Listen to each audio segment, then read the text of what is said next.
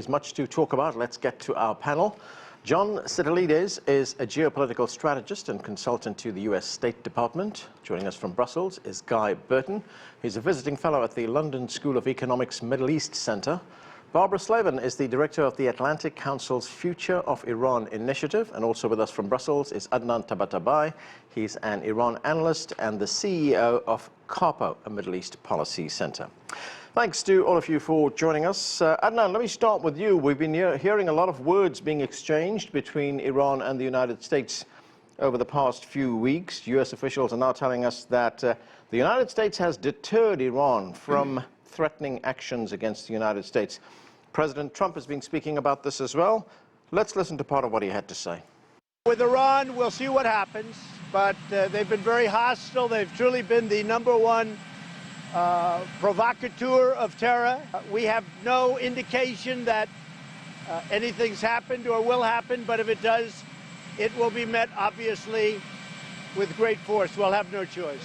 If they called, we would certainly negotiate, but that's going to be up to them. I'd only want them to call if they're ready. If they're not ready, they don't have to bother.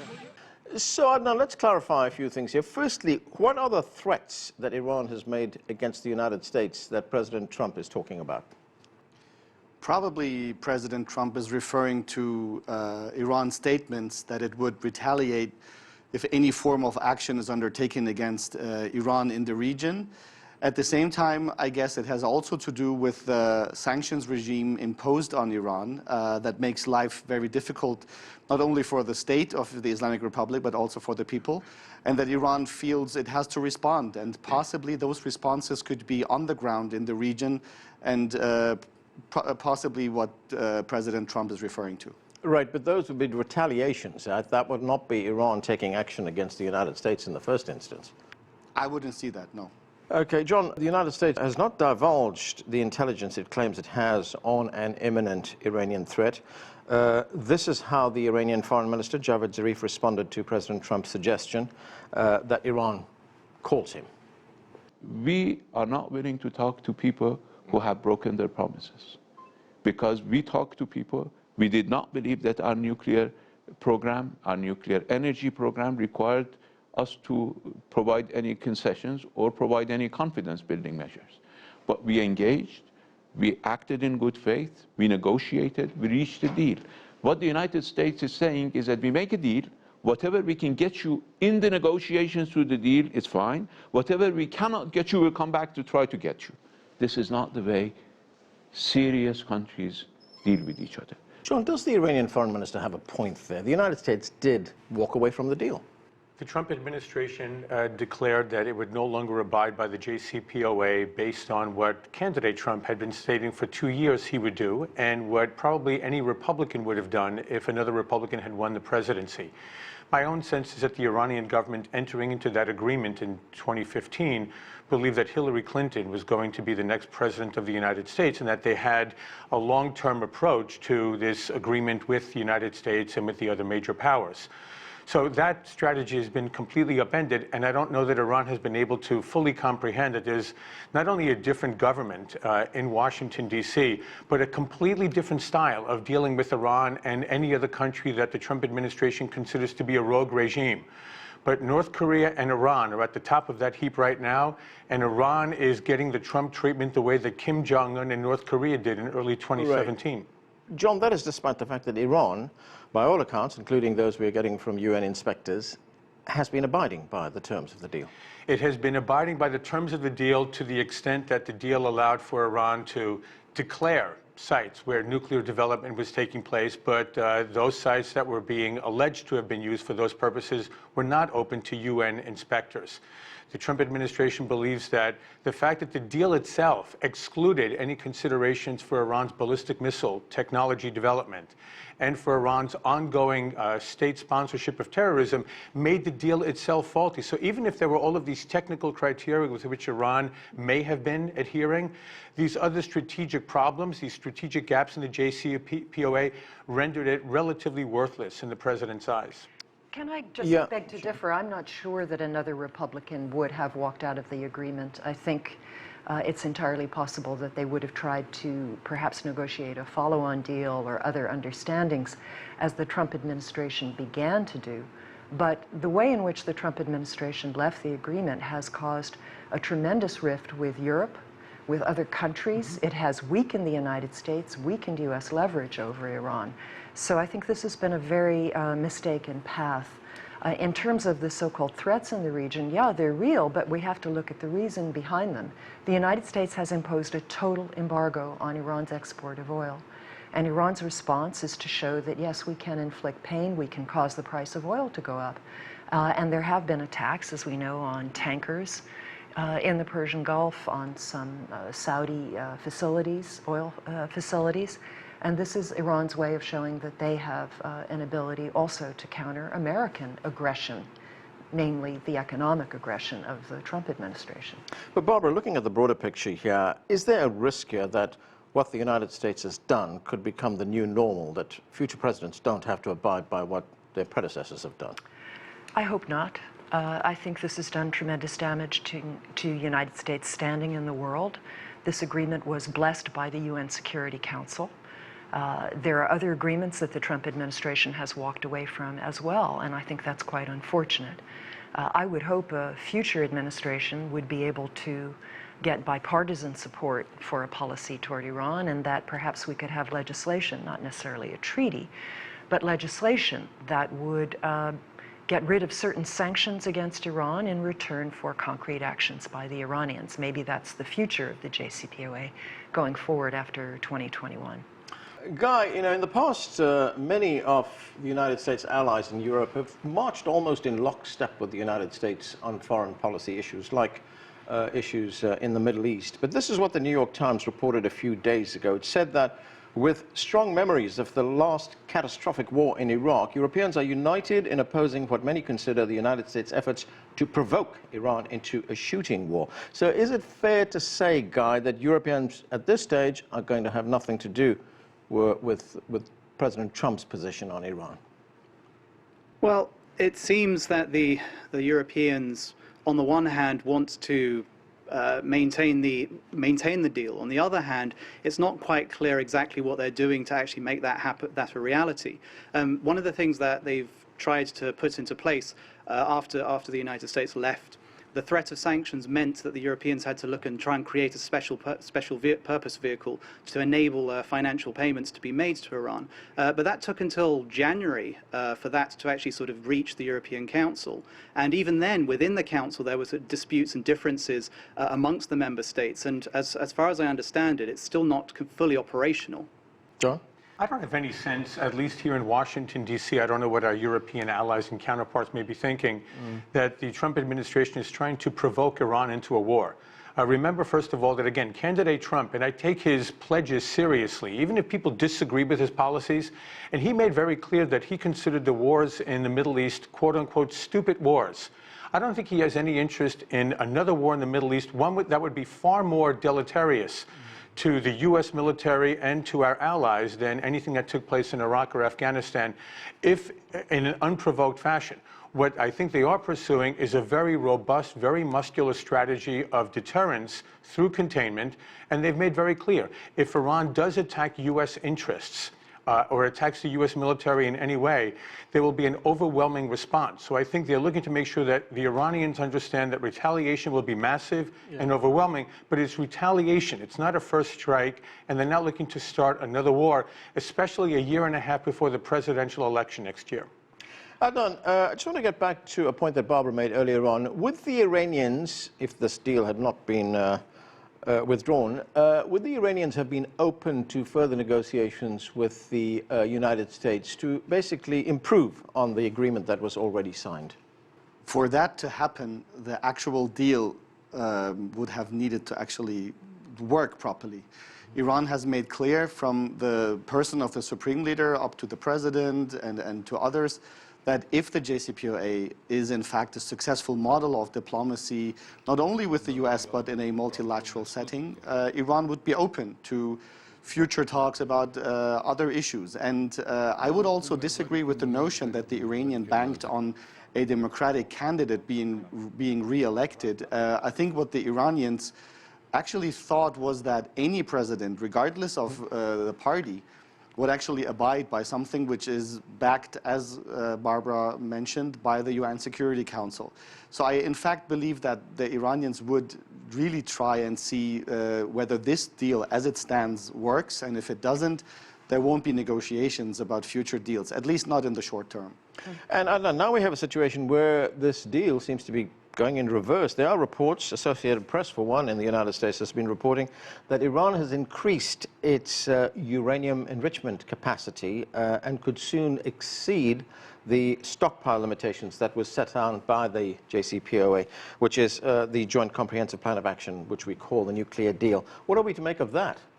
I believe this is a situation in which the Iranians are trying to say we mean business. For 1 year after the U.S. withdrawal, the Iranians showed strategic patience. They didn't react in any shape or form. They kept implementing the JCPOA properly. With the recent wave of sanctions imposed on May 3rd by the U.S., Iran is no longer allowed to ship abroad its excess in uranium and heavy water, which is basically part of the JCPOA. And that makes it even impossible, at least very difficult for Iran to abide by its obligations. And in order to preempt being called out for not abiding by this obligation, Iran has said we won't be able to do it. And they're now producing in a quadruple speed in order to show that they will reach this point and no longer accept this limit as it is undermined by the U.S. Guy, even with Iran increasing its enrichment capacity, even with the United States pulling out of this deal, there have been calls to the Europeans to step in, try to salvage the deal. Foreign Minister Zarif, in fact, has appealed to both Russia and China as well. But do you see this nuclear deal being salvaged at all? The Iranians are being quite forceful because they're trying to push the Europeans to stand up for this deal. But we've also got to think that there's also domestic constituency here as well. But bearing in mind that Rouhani, the Iranian president, comes from the reformist wing, and there was always some doubts, at least on the hardline side in Iran, as to the deal. So this sort of pushing and stressing the fact that they're going to push for further enrichment is also sort of a sign to the hardline tendencies within Iran as well. Barbara, what are your thoughts on that? That there are these divisions in Iran?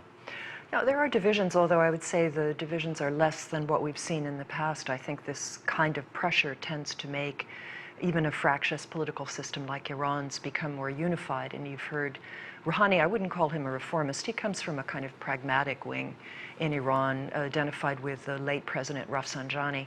He sounded more in favor of the so-called resistance economy or resilient economy. And I think he certainly has been much more hardline in his language about the United States, as one would expect. So I think it actually will unify the Iranian system. They've been very careful. I mean, they are crawling out of the Iran deal. It's very calibrated, it's very careful. They've given the Europeans 60 days, essentially, to make this special purpose vehicle function in some way. We may see some political gestures by the Europeans, some sort of summitry, perhaps foreign ministers flying to Tehran as they did back in 2003 when the nuclear crisis began. And the Iranians are looking for the Chinese in particular to buy oil and to keep their economy afloat.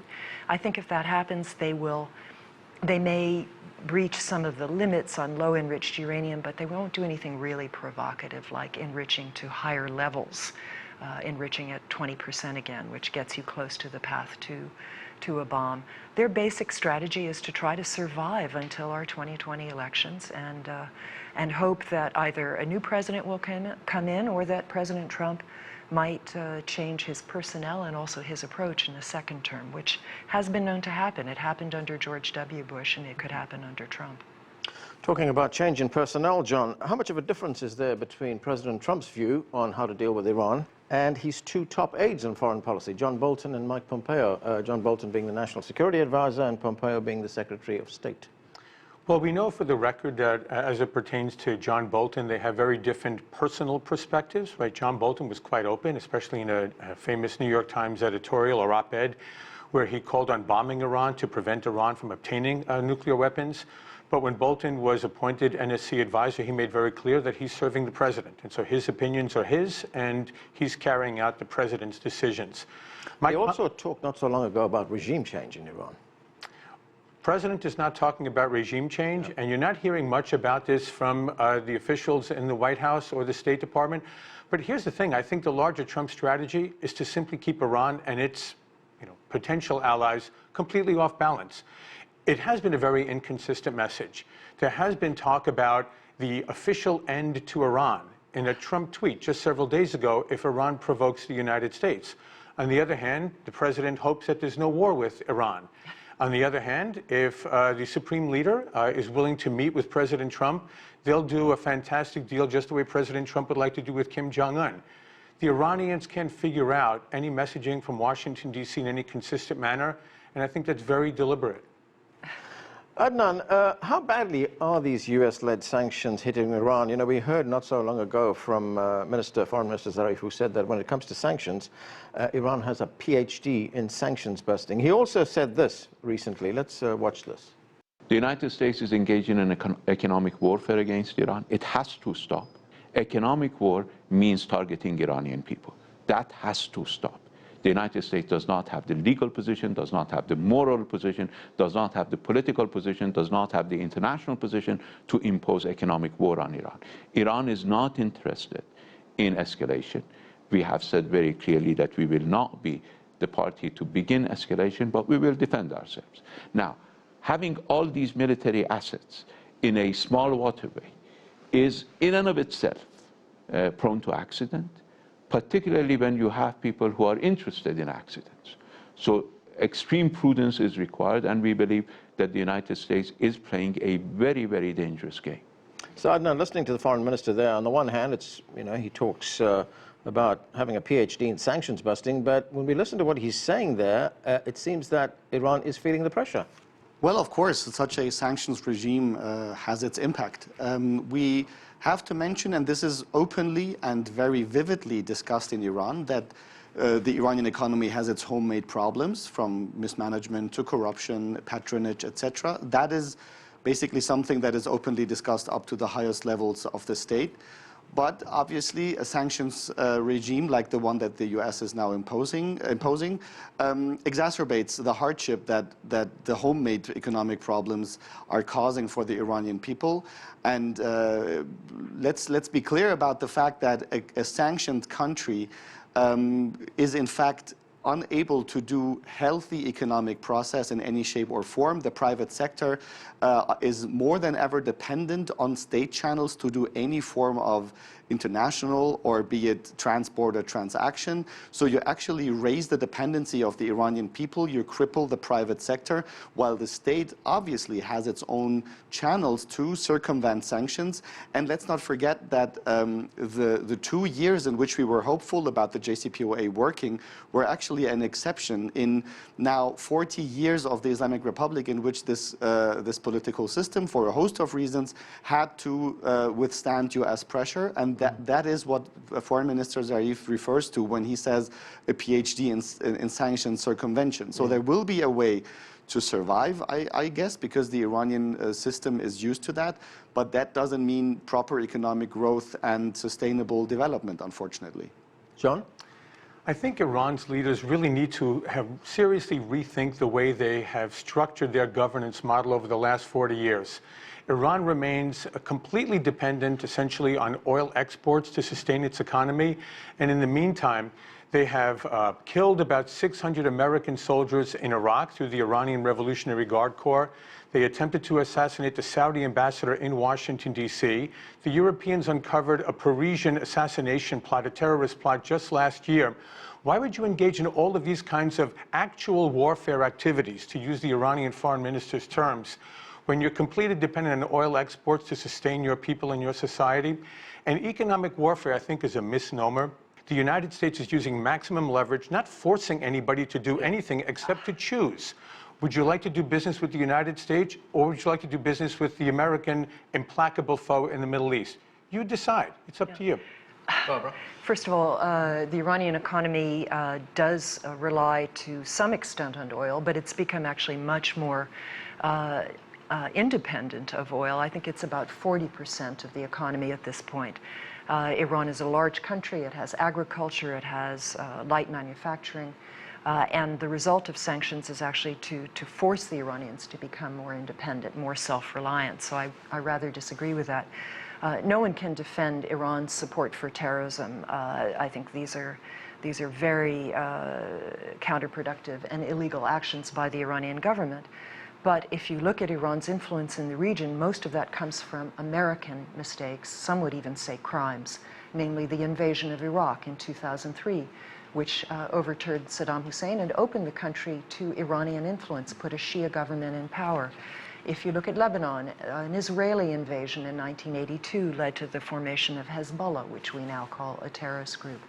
So, you know, it's been a very unhealthy and unfortunate dynamic, I would say, between the United States and Iran over the last 40 years, and there's a lot that people on both sides need to do. The current policy of the Trump administration will only entrench the worst instincts of Iran. It will cripple the middle class, it will cripple private enterprise, and we will be much farther from the sort of Iran I think Iranians and most of the rest of the world would like to see. Guy, we've seen how Europeans have borne the consequences of instability in the Middle East, particularly the civil war in Syria. So how much concern is there in Europe that if this escalates, if this dispute between the United States and Iran escalates to the point possibly of some kind of military confrontation, that they will bear the consequences again? I think, to be honest with you, the Europeans are still sort of handling what happened after the summer of 2015 with the Syrian refugees. One of the things that they did after that, into 2015, was to set a number of deals and agreements with the neighboring countries like Turkey for them to take refugees. But in terms of thinking about the nature of the type of conflicts that might happen, I mean, I'd be very curious to hear from John as to, you know, whether it would be sort of a full frontal, you know, state-to-state conflict, or more something in line with what we've been seeing recently, which is much more sort of asymmetric. The possibility of deniability seems to emerge with regard to sort of attacks on tankers or pipelines. Go ahead, John. I have no idea what kind of military options are being considered. I know that we now have a significant force that is headed to the region. Much of it is already pre-positioned there as well. And I think the administration wants to make very clear that unfortunately, all military options will remain on the table so long as Iran sustains the kind of rhetoric and the kind of activity in the region and directly against the United States that it has been doing since 1979. Okay, and we're going to have to leave it there. Thanks to all of you for being with us. That's it for this edition of The Heat. But before we go, this week we launch our own podcast. You can listen to it through Apple Podcasts, Google Podcasts, Stitcher, and Spotify. We'll be covering similar stories from around the world that we do right here on the program, but we'll get a bit more personal and candid with our guests and correspondents. So if you're on the go, whether on the train, driving to work, or just out for a run, give us a listen and make sure to subscribe. Search online for CGTN and The Heat podcast. That's it for this edition of The Heat. I'm Adnan in Washington, D.C. Thanks for watching.